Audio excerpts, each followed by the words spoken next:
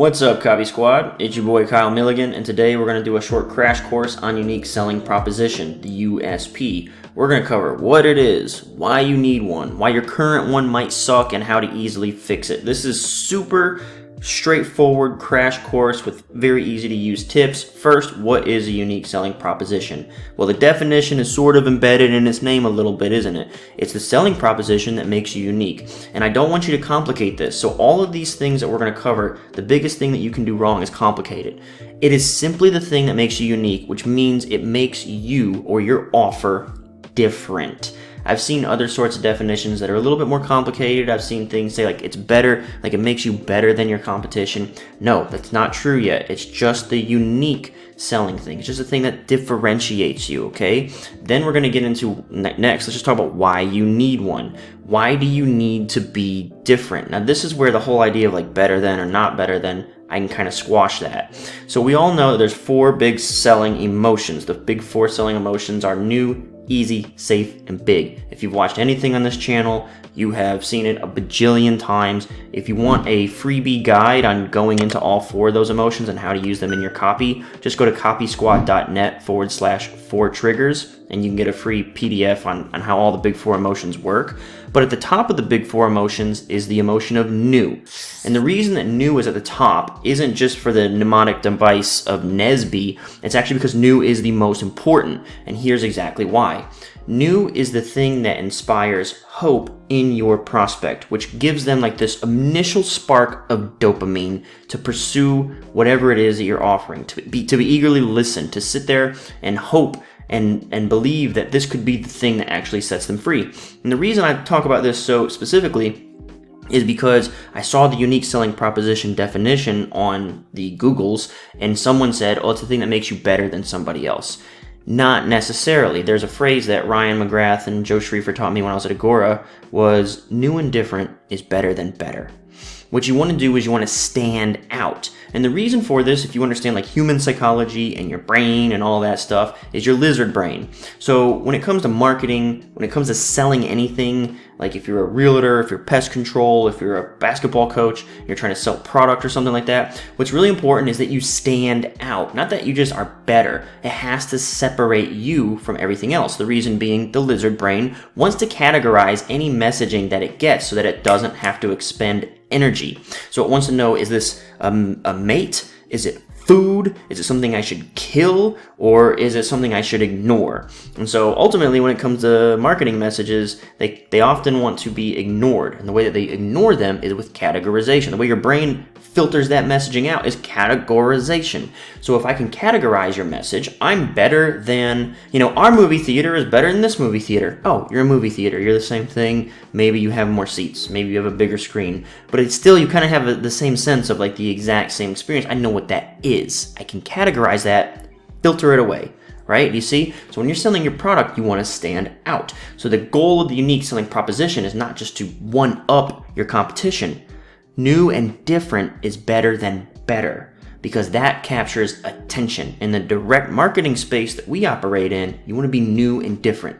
Remember, new, easy, safe, and big, and new is the most important, and it inspires hope because they've seen something before that probably let them down, and now they need some reason to believe that this is different. This time it's going to be different. This time I will get six-pack abs. This time I will learn Spanish, because you have to have some sort of messaging that says we're not like any other language learning software or program. We're different because. Okay, so that's why you need one, because you need to not just to be better than the competition. The first thing you have to do is avoid the hurdle of categorization. And that's what I'm saying here. Like when it comes to copy and selling, a lot of it is not really doing all the right things as it is avoiding the pitfalls. Don't create hurdles for yourself. Don't allow yourself to be categorized. So the unique selling proposition, the USP, will stop that. That's the first hurdle that you have to overcome just to get yourself into the game, to get into the arena, to compete and try to sell your stuff. So don't let that trap suck you in. Just create something. You need to be different.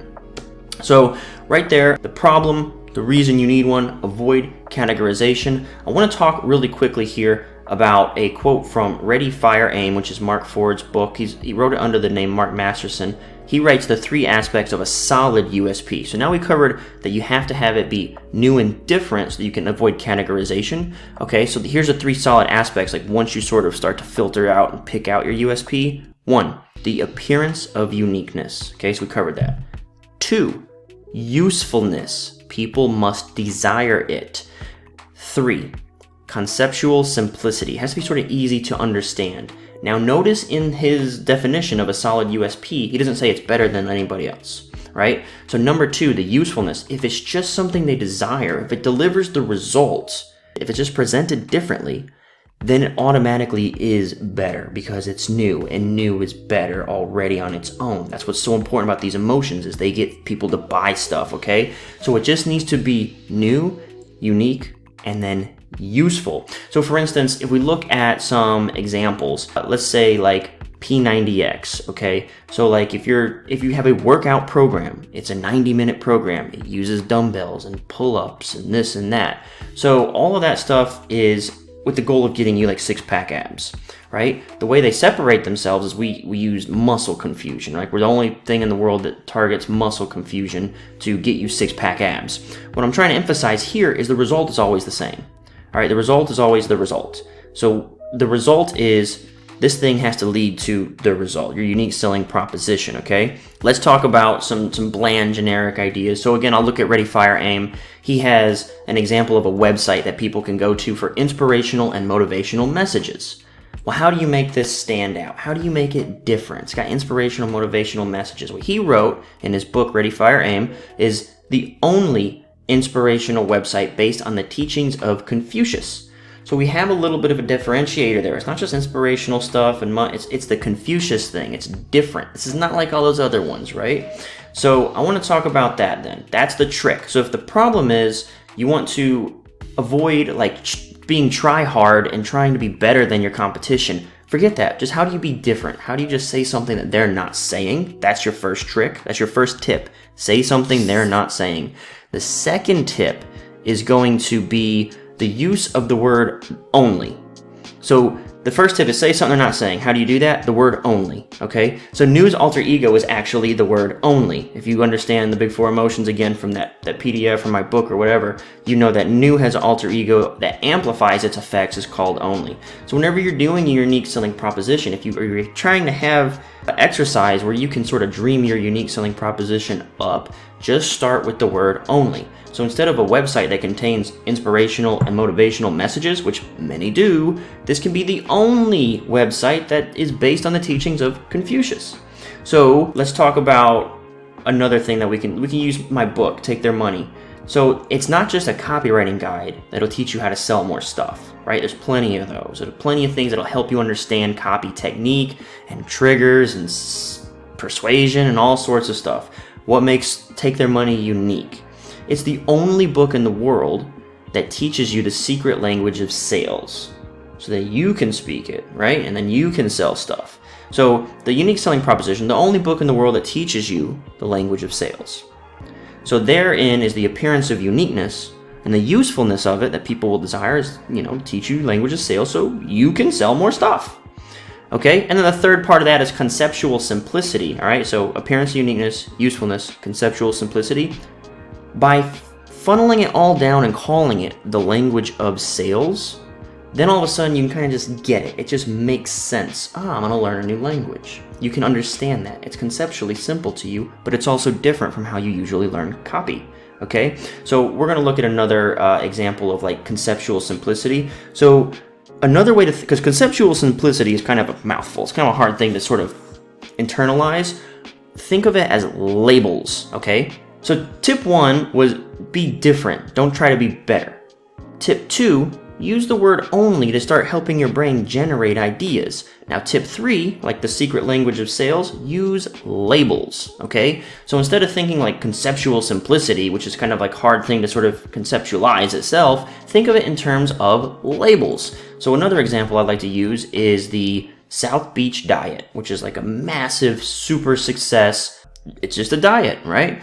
And before it was the South Beach diet, it was the modified carbohydrate diet. And for its first iterations, this diet was not successful. They could not market it. They couldn't get it to sell. But after, I don't know how many attempts, I read the story a while ago, they came onto this label. They came onto this conceptually simple way of looking at it, the South Beach diet. You see how that sort of separates it? Think about all the different diets. Like keto, what separates it? Oh, well, it's high fat and protein. Or you look at, vegan or any other sort of diet. They stand apart.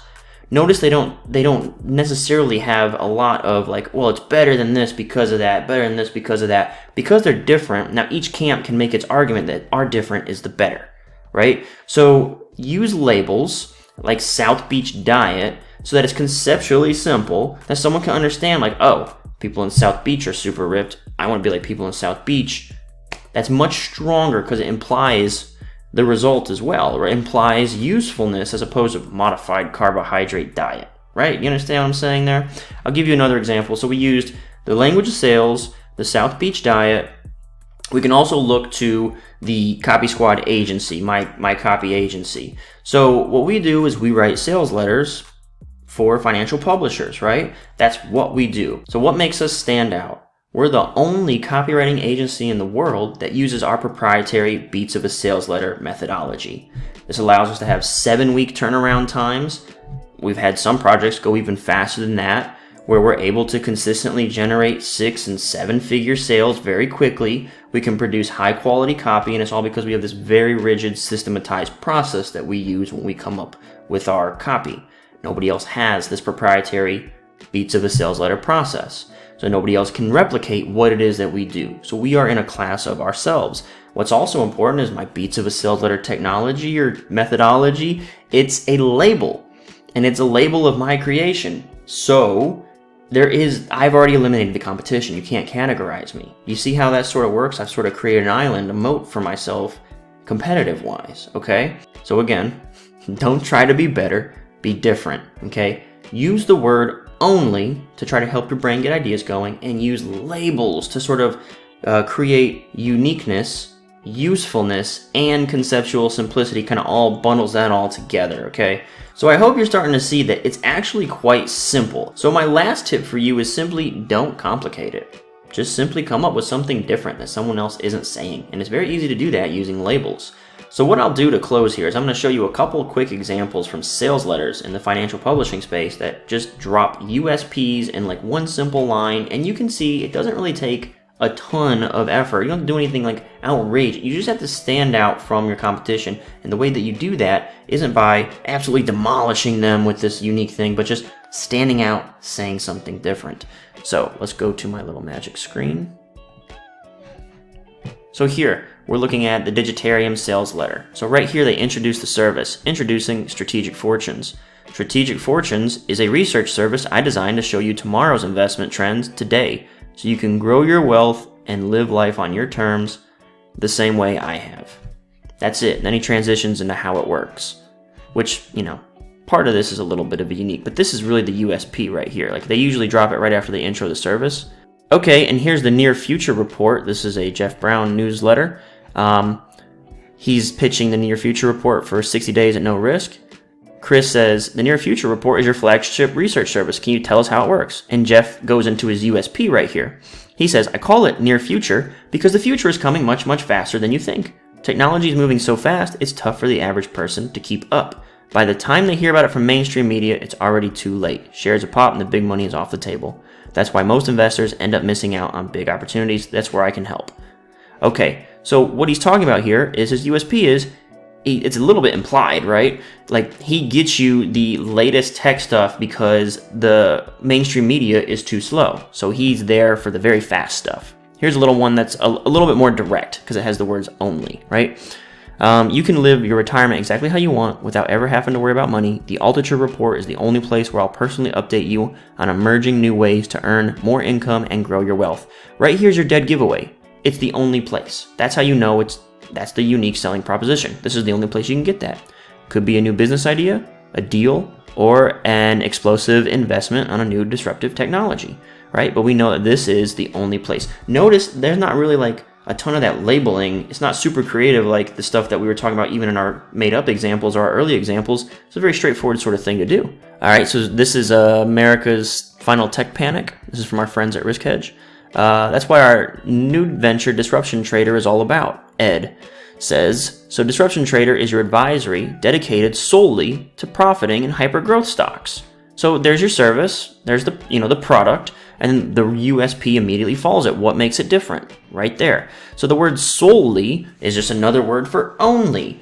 And then right here, it's dedicated only to hyper-growth stocks. So I have a note here. It taps into a designation he made up. It's automatically in the category of one because this is a label, right? It's the only thing on Earth that targets hyper-growth stocks, right? They do say they got this term from Harvard in the sales letter itself, but at the same time, it's like, who else is targeting hyper-growth stocks, right? So there's a unique element to this. Let's go over to our friends at Stansberry.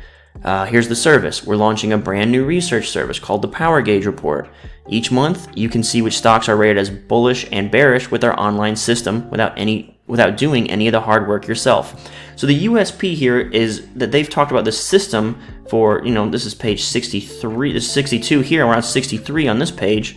The system, this is how you get access to the system that they've been talking about for the last 60 pages. So you can see here, that's the unique selling proposition. You can have the system without doing any of the hard work yourself, with details on where the system points to as the best place to put your money in any type of market for the chance to double or triple your money. So there's the usefulness aspect of it, there's the unique aspect of it, and it's conceptually simple. You just let the system tell you exactly what to do. So that's it, man. A unique selling proposition isn't that difficult. It's really just a matter of saying something different. Obviously, you want it to sort of lend itself to a favorable result that the client, customer, prospect, whatever, what they want.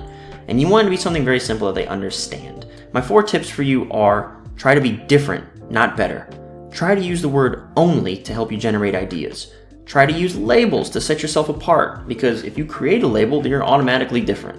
And then 4, do not complicate it. And like the final example I showed you here with like the sales letters and all that stuff, it was actually kind of just like, hey, we're different because this is the only place where you'll get my information that does this, this, and this, right? Just very simple, very straightforward. I hope this is useful for you. Thanks so much for tuning in, and peace out, Copy Squad.